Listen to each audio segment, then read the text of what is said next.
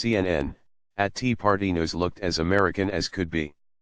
A Twitter account, its profile photo on the site was a Tea Party teapot in the colors of the American flag. Its cover photo was an image of the U.S. Constitution. In the lead-up to the 2016 presidential election, at Tea Party News posted pro-Trump, conservative and anti-immigrant messages. It regularly retweeted Fox News, and Coulter, and other conservative Twitter accounts. And 22,000 accounts followed it, one of them former White House advisor Sebastian Gorka's. But at Tea Party News wasn't American. It was part of a Russian propaganda operation, according to Russian journalists who discovered the link.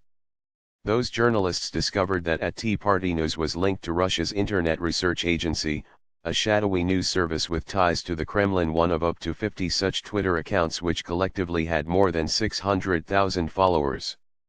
The Internet Research Agency was also the group linked to $100,000 worth of politically themed ads purchased on Facebook during the 2016 election, the existence of which Facebook disclosed to Congress and the public earlier this month.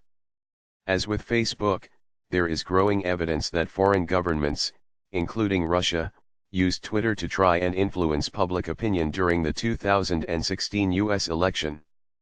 Part of the Russian propaganda campaign during the election involved the creation of an entire army of trolls and automated bots on Twitter, which together overwhelmingly supported one candidate, according to 2 reports by U.S. intelligence agencies. Most of these accounts were made to look like Trump supporters, but actually begin and end in Russia, says Samuel Woolley, the director of the Computational Propaganda Project at the Oxford Internet Institute. Woolley and his team tracked suspected bot accounts during the 2016 campaign. Bots played a powerful role in determining the flow of information among users during the election campaign, Woolley's team concluded. Bots amplify someone's position, Woolley told CNN. So people like to tell me, propaganda has been around forever. But what I say to this is, when you computationally enhance propaganda, you have a much more difficult time parsing information and understanding actually what's going on. The Russian campaign created an illusion of support, says Woolley, that was manufactured by people or institutions creating automated Twitter accounts. After reviewing 17 million tweets, the Oxford Internet Institute found that the automated accounts supported Trump much more than Clinton and concluded there was a possibility that bots were a key player in allowing social media activity to influence the election in Trump's favor. At Tea Party News is no longer active. The account has been shut down by Twitter, though the company won't say why. According to Zakharov, the account ended just as Russian media began to expose it.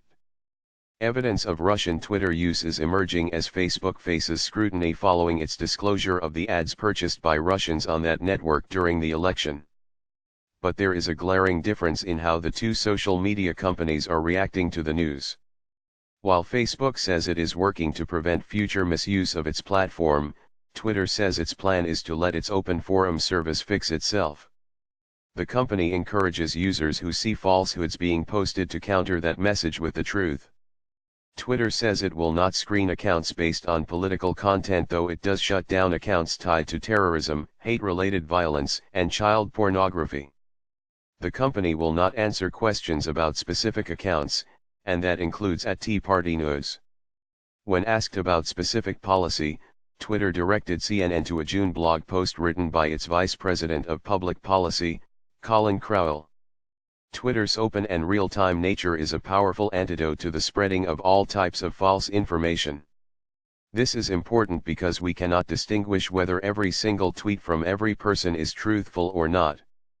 We, as a company, should not be the arbiter of truth, Crowell wrote. Instead, Crowell said, it is up to journalists, experts, and engaged citizens to correct misinformation. Which brings us back to at Tea Party News and one of its most prominent followers. Woolley says getting influential social media users to follow Russian propaganda accounts was an important part of the disinformation campaign. The hope of the bot and the hope of the creator of the bot is that someone picks it up and tweets it out, and then lots of other people make it viral. Sebastian Gorka has that kind of influence, and he was following at Tea Party news. From January until he was pushed out in August, Gorka served as a deputy assistant to President Trump. He was a frequent guest on television and talk radio, and an avid Twitter user. CNN contacted Gorka by email to ask him if he knew he was following a potential Russian propaganda account, and if so, why he would do that. In his response, he seemed to indicate that he did, saying that he followed it for the same reason I follow CNN, to know what the enemies of truth are doing. Correction, the original version of the story misspelled Samuel Woolley's last name. View on CNN.